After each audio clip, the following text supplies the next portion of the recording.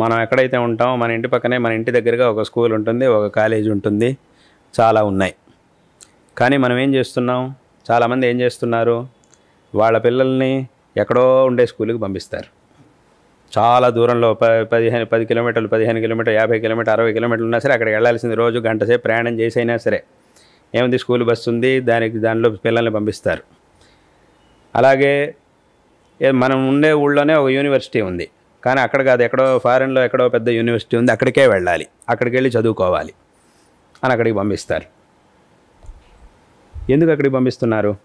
మన ఇంటి పక్కన ఉండే స్కూల్కో అథవా ఇంట్లో ఊళ్ళో ఉండే యూనివర్సిటీకో ఎక్కడికో పంపించకుండా ఎక్కడో ఫారెన్లో ఉండే ఫలానా యూనివర్సిటీకే వెళ్ళాలి మా పిల్లలు, అక్కడే చదువుకోవాలి, అక్కడే వాడికి సీట్ రావాలి, ఎంత ఖర్చు అయినా పర్వాలేదు. ఇక్కడ చదివిస్తే కొంత ఖర్చు, కానీ అక్కడ చదివిస్తే చాలా ఖర్చు.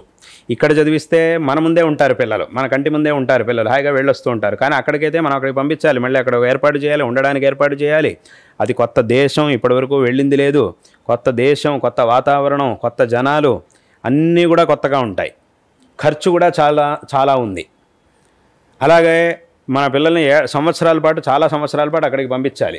ఇదంతా ఎందుకు చేయాలి? అలాగే ఖర్చు కూడా చాలా, ప్రస్తుతం మనకు ఉన్నటువంటి సంపాదనకు తగినంత ఖర్చు కాదు, అది చాలా ఎక్కువ, మన సామర్థ్యాన్ని మించినటువంటి ఖర్చు అది. అయినా కూడా అందరూ ఏం చేస్తున్నారు, ఈ కష్టాలన్నింటినీ కూడా సహించుకొని పిల్లల్ని ఏదో ఒక రకంగా అక్కడికి దానికి కావాల్సిన డబ్బుల్ని, సమయాన్ని అన్నింటినీ కూడా ఏర్పాటు చేసుకొని పిల్లల్ని వాళ్ళ వరకు 4 రోజులు కూడా వదిలింది లేదు, వాళ్ళని వదిలి ఉండిందే లేదు. కానీ ఇప్పుడు 4 ఏళ్ల పాటు అక్కడికి చదువుకోవడానికి పంపిస్తున్నాం. ఎందుకు పంపిస్తున్నాం అని, ఇదంతా ఎందుకు చేస్తున్నాం? ఇన్ని కష్టాలని మనం ఎందుకు సహించుకుంటూ ఈ కష్టాలన్నింటినీ కూడా మనం అంగీకరించి పిల్లల్ని అంత దూరం పంపిస్తున్నాం. ఎందుకు ఇలా చేస్తున్నాం, ఎందుకు ఇలా చేయాల్సి వస్తుంది?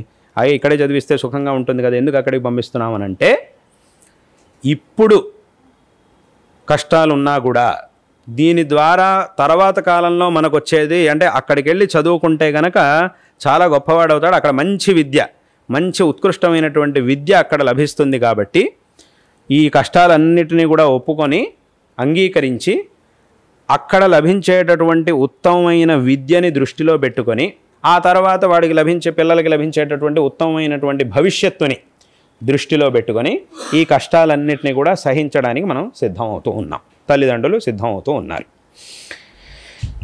అంటే ఇప్పుడు అక్కడ ఉండేది స్కూలే, మా ఇంటి పక్కన ఉండేది కూడా స్కూలే, అక్కడ ఉండేది కూడా యూనివర్సిటీనే, ఇక్కడ ఉండేది కూడా యూనివర్సిటీనే, పేరంతా ఒకటే.